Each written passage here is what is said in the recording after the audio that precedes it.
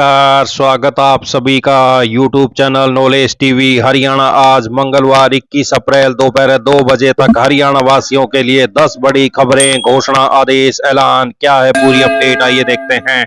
हरियाणा के सबसे तेज, सबसे सटीक योजना, घोषणा, आदेश, फैसला, मौसम, सभी की जानकारी के लिए सब्सक्राइब जरूर कर लें। तो चलिए देखते हैं हरियाणा से 10 बड़ी खबरें, घोषणा, ऐलान। पहली बड़ी घोषणा, ऊर्जा मंत्री अनिल विज ने कहा कि गर्मी के मौसम को देखते हुए राज्य में बिजली आपूर्ति को बेहतर बनाने के लिए सख्त कदम उठाए जा रहे हैं।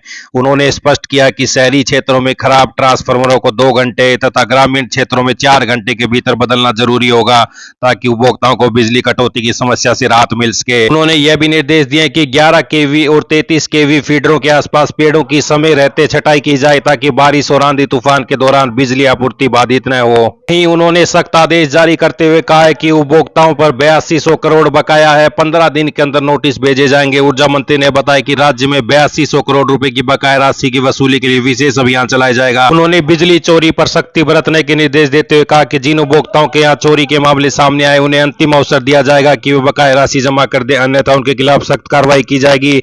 ऊर्जा मंत्री ने कहा कि बिजली चोरी को सहन नहीं किया जाएगा। उन्होंने अधिकारियों को निर्देश दिए कि वे बिजली चोरी रोकने के लिए लगातार छापेमारी करें और कानून तोड़ने वालों के खिलाफ सख्त कार्रवाई करें। भूमि वसूली अधिनियम के तहत स्थायी रूप से काटे गए बिजली कनेक्शन वाले उपभोक्ताओं को 15 दिनों के भीतर नोटिस जारी किए जाएंगे और निर्धारित समय सीमा में वसूली सुनिश्चित की जाएगी। तो ये बड़ी अपडेट। देश की सबसे बड़ी दूरसंचार कंपनी भारती एयरटेल ने अपने 84 दिनों के फोन रिचार्ज प्लान की कीमतों में 40 रुपए की बढ़ोतरी की है। इसके साथ ही 799 वाला प्लान बंद कर दिया है। अन्य कंपनियां भी जल्दी कीमतें बढ़ा सकती हैं। इससे पहले एयरटेल ने इंटरनेशनल रोमिंग रिचार्ज 4000 से बढ़ाकर 4999 रुपए का कर दिया था। तो ये बड़ी अपडेट आई। अगली बड़ी घोषणा देखते हैं। हरियाणा के सरकारी स्कूलों में ई अधिगम योजना के तहत मिले टैबलेट वापस नहीं लौटा रहे 12वीं कक्षा के विद्यार्थियों का रिजल्ट रोकने की तैयारी है। बोर्ड परीक्षाएं समाप्त होने के बावजूद प्रदेश भर में 500 से अधिक विद्यार्थियों ने अभी तक टैबलेट स्कूल में जमा नहीं कराए हैं। माध्यमिक शिक्षा निदेशालय ने चेतावनी दी है कि ऐसे विद्यार्थियों का परीक्षा परिणाम रोका जा सकता है, तो जल्दी से जल्दी जमा कर दें। तो ये बड़ी अपडेट आई। अगली बड़ी घोषणा देखते हैं। पीएफ के नियमों में बड़े बदलाव की तैयारी है। सरकार ईपीएफओ के तहत आने वाली अनिवार्य सैलरी लिमिट को 15,000 से बढ़ाकर 25 या 30,000 रुपए कर सकती है। दरअसल हाल के दिनों में कर्मचारियों की सैलरी में जो बढ़ोतरी हुई, उसकी वजह से बड़ी संख्या में वर्कर के सोशल सिक्योरिटी यानी पीएफ के दायरे से बाहर होने का खतरा बन गया है। यह सरकार की उस कोशिश के खिलाफ होगा जिसमें वह हर कामकाजी व्यक्ति को सोशल सिक्योरिटी के दायरे में लाना चाहती है। तो पीएफ कवरेज के लिए वेतन सीमा 30,000 रुपए हो सकती है। तो ये बड़ी अपडेट, सोशल सिक्योरिटी का दायरा बढ़ सकता है। आइए अगली बड़ी घोषणा देखते हैं। हरियाणा सरकार ने अनुसूचित जाति कर्मचारियों के लिए पदोन्नति में आरक्षण को लेकर बड़ा फैसला लिया है। अब जिन विभागों में एससी कर्मचारियों का प्रतिनिधित्व 20% से कम है, वहां प्रमोशन में उन्हें प्राथमिकता दी जाएगी। सरकार का कहना है कि यह कदम संतुलित प्रतिनिधित्व सुनिश्चित करने के लिए उठाया गया है। मुख्य सचिव की ओर से जारी निर्देशों के अनुसार यदि किसी प्रोमोशनल कैडर में अनुसूचित जाति वर्ग का वास्तविक प्रतिनिधित्व 20% से कम है, तो ऐसी स्थिति में पदोन्नति कोटे के रिक्त पदों पर सबसे पहले फीडर पद पर कार्यरत पात्र अनुसूचित जाति के कर्मचारियों के नामों पर विचार किया जाएगा। यह प्रक्रिया तब तक जारी रहेगी जब तक उस कैडर में एससी वर्ग का प्रतिनिधित्व 20% तक नहीं पहुंच जाता।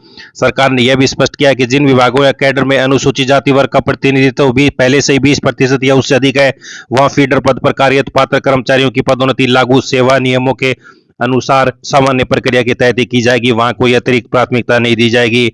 तो ये बड़ी अपडेट। 20% से कम प्रतिनिधित्व वाले विभागों में एससी कर्मियों को प्रमोशन में प्राथमिकता मिलेगी। प्रक्रिया तब तक जारी रहेगी जब तक उस कैडर में प्रतिनिधित्व 20% नहीं हो जाता। आइए अगली बड़ी घोषणा देखते हैं। बात करते हैं सोने चांदी के दाम की। 10 ग्राम 24 कैरेट सोना 59 रुपए बढ़कर 1,52,155 रुपए 10 ग्राम पहुंच गया है।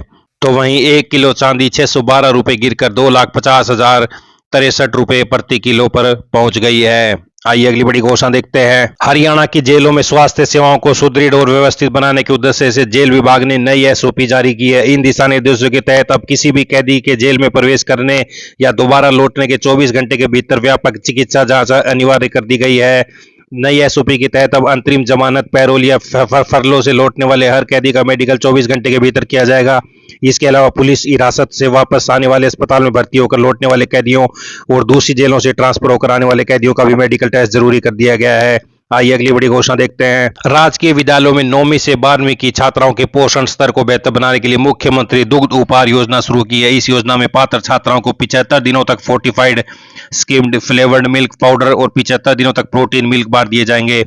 शिक्षा विभाग ने इसके लिए पत्र जारी किया है। पात्र विद्यार्थियों का पोर्टल पर पंजीकरण अनिवार्य किया गया है। निरीक्षण के दौरान यदि किसी विद्यालय में एक्सपायर्ड सामग्री पाई गई तो संबंधित प्रधानाचार्य जिम्मेदार होंगे, उसके खिलाफ विभागीय कार्रवाई की जाएगी। तो 75 दिन तक दिया जाएगा मिल्क बार और पाउडर। हरियाणा विद्यालय अध्यापक संघ संबंध सर्व कर्मचारी संघ एवं school teacher federation of India TET परीक्षा पास करने की अनिवार्यता रद्द करने की मांग को लेकर कलायत के विधायक विकास सारण के पिता और लोकसभा सांसद जयप्रकाश और कैथल के विधायक के प्रतिनिधि को ज्ञापन सौंपे। तो टेट परीक्षा पास करने की अनिवार्यता रद्द करने की मांग, सौंपा ज्ञापन। तो ये हरियाणा से बड़ी अपडेट, ये सभी हरियाणा वासियों के लिए 10 बड़ी खबरें, घोषणा, आदेश, ऐलान, पल पल की अपडेट आप सभी को मिलती रहेगी। चैनल को सब्सक्राइब जरूर कर लें। बहुत बहुत धन्यवाद।